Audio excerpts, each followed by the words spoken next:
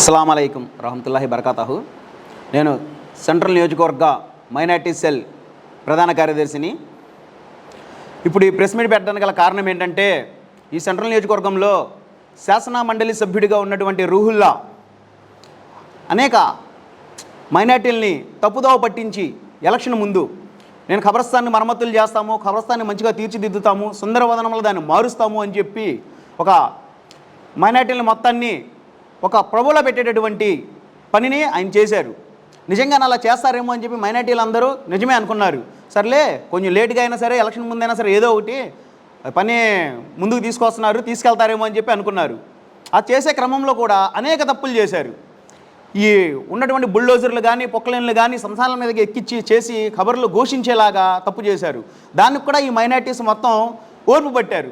సర్లే చేస్తారేమో అని చెప్పి ఇప్పుడు అదని ఇదని చెప్పి ఎక్కడ సొల్లు కబుర్లు చెప్పి ఆ ఖబర్స్థాన్ పని ఏది చేయకుండా కనీసం ఇదివరకన్నా సరే దాంట్లో ఖననం చేసుకునేవాళ్ళు మైనార్టీస్. ఇప్పుడు వచ్చి ఏ ముస్లిం కూడా ఇంట్లో ఖననం చేయడానికి వీలు లేకుండా దాన్ని మార్చేసి 6 నెలల కాలం నుంచి దాన్ని చాలా ఇదిగా అస్తవ్యస్తంగా మార్చేశారు. పనులు ముందుకు వెళ్ళట్లేదు, తాళం వేసి పెట్టారు. మరి అలాంటప్పుడు నువ్వు చేతకానప్పుడు ఎందుకు వచ్చావు? ఎలక్షన్లో ఓట్లు వేయించుకోవడానిక, మైనార్టీలని మభ్యపెట్టి చేయడానిక? నీ బుద్ధి తెలిసే మైనార్టీలు తగిన బుద్ధి చెప్పారు ఈ పార్టీకి. అలాగే ఇప్పుడు గత 4 రోజుల క్రితం ఒక ఇన్ఫర్మేషన్ అందింది ఆయనకి ఇంటెలిజెంట్ ద్వారా. మైనార్టీలు మొత్తం ఈ నియోజకవర్గ ప్రాంతంలో ఉన్నటువంటి శాసన మండలి ప్రాంతంలో ఉన్నటువంటి నియోజకవర్గంలో ఉన్నటువంటి మైనార్టీస్ మొత్తం కలిసి ఎమ్మెల్సీ ఆఫీస్ని చుట్టుముడదాం, ఈ ఖబరస్థాన్ ఇలా ఎందుకు చేశాడు, దీనిలో ఖననం చేయకుండా ఎందుకు చేశాడు, చుట్టుముడదాం అని చెప్పి సామాన్యులైనటువంటి మైనార్టీస్ ముస్లిమ్స్ కూడా అందరూ కలిసి చుట్టుముడదాం అని చెప్పేసి చేసినటువంటి ఒక దీంట్లో ఆ ఇన్ఫర్మేషన్ తెలుసుకున్న రూహుల్లా మళ్ళీ దీనికి ఒక కొత్త ఇదిగా తీసుకెళ్లి కమిషనర్ దగ్గర వాళ్ళ వదిన గారు అనేటువంటి కార్పొరేటర్ 59వ డివిజన్ కార్పొరేటర్ గారితో మళ్ళీ ఒక కొత్త నాటకం తెర మీదకి తీసుకొచ్చారు. ఈ ఖబరస్థాన్ని తొందరగా పూర్తి చేయాలని చెప్పి మేము కమిషనర్ గారికి చేస్తున్నాము అని చెప్పి. అంటే మైనార్టీలు మరీ అంత పిచ్చగా కనబడుతున్నారా, అంత పిచ్చోళ్ళ కనబడుతున్నారా? వేయాల్సిన వేషాలన్నీ వేసి చేయాల్సినవన్నీ చేసి ఇప్పుడు తీసుకెళ్లి ప్రలోభాలు ఏవో పెడుతున్నారు.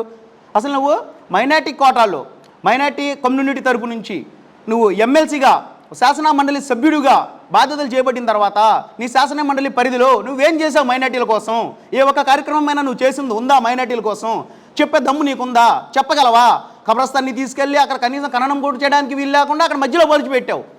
ఈరోజు వచ్చేసేమో ప్రాబాలు పలుకుతున్నావు. నువ్వు అసలు ఏం చేసావు ఈ 3 సంవత్సరాలు? కానీ అంతకుముందు ఉన్నప్పుడు కార్పొరేటర్ ఉన్నప్పుడు నీకు గుర్తు రాలేదా? మీ అమ్మగారు కార్పొరేటర్గా ఉన్నప్పుడు ఖబరస్థాన్ గురించి గుర్తు రాలేదా? అప్పుడు ఎమ్మెల్యే శాసనసభ్యులు ఉన్నారుగా, అప్పుడు ఇన్నంత పెత్తనం పెట్టలేకపోయావా? ఖబరస్థాన్ గురించి మాట్లాడలేకపోయావా? ఎలక్షన్ ముందే గుర్తు వచ్చిందా? నువ్వు ఎలక్షన్ ముందు వస్తే వచ్చింది, గుర్తొస్తే వచ్చింది, ఏదో ఒకటి ఆ మంచి పని చేసి తగలట్టావా అంటే అది కూడా లేదు కదా.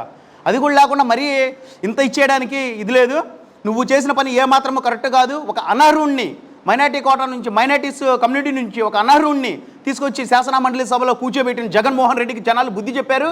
అలాగే ఈ కార్పొరేటర్స్కి వీళ్ళకి కూడా బుద్ధి చెప్తారు రానున్న రోజుల్లో.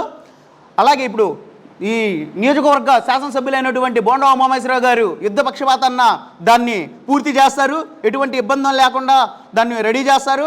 అలాగే దాంట్లో పూడ్చిపెట్టడానికి ఇచ్చడానికి గోతులు తీయడానికి మనుషులు లేరు కాబట్టి దానికోసం చూస్తున్నారు. ఆ మనుషులు వచ్చిన తర్వాత దాన్ని అమల్లో పెడతారు. ఆ ఖబరస్థాన్లో ఖననం చేసుకోవడానికి అమల్లో పెడతారు. అలాగే దాంట్లో ఇంకా మిగిలిన పనులు రోడ్లు వేయడం చేయడం అయ్యాయి కాబట్టి ఖననానికి దానికి ఎటువంటి ఆటంకం లేదు కాబట్టి దాన్ని త్వరలోనే తీసుకొచ్చి ఖననం చేసుకోవడానికి వీళ్ళని కల్పిస్తారు బొండా ఉమామహేశ్వరరావు గారు.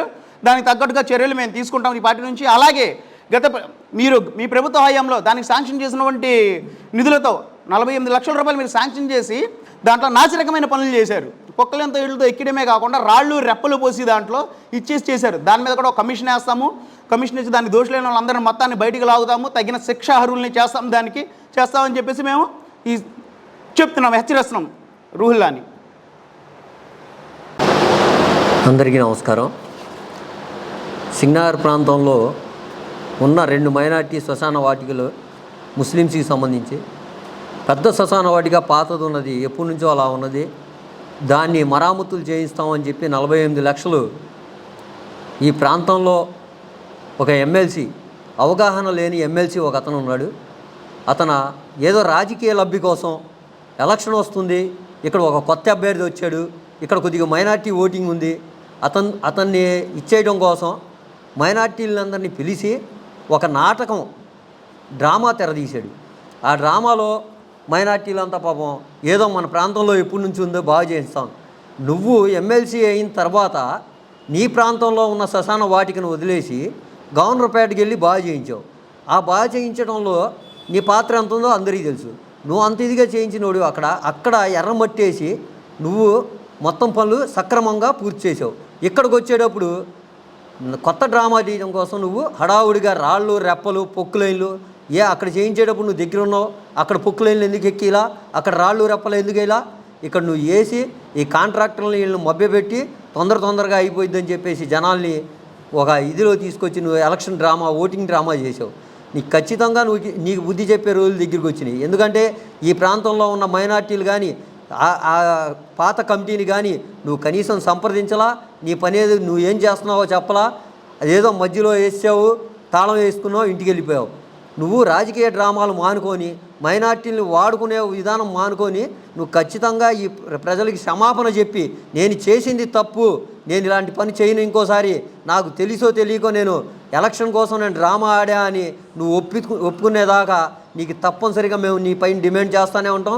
అదే కాకుండా ఈ ప్రాంతంలో ఉన్న సెంట్రల్ నియోజకవర్గం శాసనసభ్యులు మా అన్న బోండా మహేశ్వరరావు గారిని అడగంగానే ఈ ప్రాంతంలో ఇలా ఉందన్న ఇబ్బంది అంటే ఖచ్చితంగా మైనార్టీలందరికీ నేను చేసి పెడతా అని ఒక హామీ ఇవ్వటమే కాదు, అతని ఆధ్వర్యంలో చాలా సుందరకరంగా ఈ ముస్లిం శ్మశాన వాటిక పూర్తి చేస్తాము. సరైన దానికి కమిటీ ఏర్పాటు చేస్తాం. నీలాగా డ్రామాలు వేసేవాళ్ళు 2-3 పెట్టుకొని నువ్వు ఏదో నాటకాలు అయినట్టుగా ఈ ప్రాంతంలో ఇది జరగనివో. నువ్వు ఒకటే గుర్తుంచుకో, నిన్న కాక మొన్న 15 రోజులు అవ్వాల ఈ ప్రాంతంలో ఈ రాష్ట్రంలో టీడీపీ ప్రభుత్వం ఏర్పడి నువ్వు 3-4 సంవత్సరాల నుంచి ఎమ్మెల్సీగా ఉండి నువ్వు చేయలేకపోయావు. ఎలక్షన్ ముందు నాటకాలు ఆడి ఏదో పని చేసావు, ఆ పని కూడా నువ్వు పూర్తి చేయకుండా నిన్న మీ వదిన్ని పంపించి ఏదో 4 కార్పొరేటర్లు నీకు ఈ ప్రాంతంలో ఎవరు సపోర్ట్ లేకపోతే 1 టౌన్ ప్రాంతం వాళ్ళని తీసుకొని నువ్వు 4 తీసుకెళ్ళి అక్కడ కమిషనర్ గారికి లెటర్ ఇవ్వడం ఇంతకైనా దిక్కుమాలి చర్య ఏదైనా ఉండిద్దా? నీకు తెలియదా? నువ్వు 6-7 నెలల నుంచి ఎందుకు చేయించలేకపోయావు ఈ పని చేయించలేకపోయా 15 రోజులు వచ్చిన ప్రభుత్వం మీద రుద్దామని ముస్లిమ్స్ ప్రజలు ఇబ్బంది పడుతున్నారా? 6 నెలల నుంచి ఇబ్బంది పడలేదా నువ్వు చేసినప్పుడు? నువ్వేమో తాళం వేసేసి కనీసం దువా చేసుకునే ఇది కూడా లేకుండా అక్కడ ఎవరైనా చచ్చిపోతే పేదోళ్ళు చచ్చిపోతే లేదు మరామతులు చేస్తున్నా దీన్ని డెవలప్మెంట్ చేసేదాకా ఇది ఓపెన్ చేయడానికి లేదన్నావు. ఆ ప్రజలు ఎంత ఇబ్బంది పడ్డారో ఆ ఉసురు ఖచ్చితంగా ఈ ముస్లిం ప్రాంతంలో పడిన ప్రతి ఒక్కడి ఉసురు నీకు తగలటం తప్పనిసరి. అది మాత్రం ఇంకోసారి పిచ్చి ఇలాంటి పనులు చేస్తే ఇలా ఎవరు సహించేది లేదు. నమస్కారం.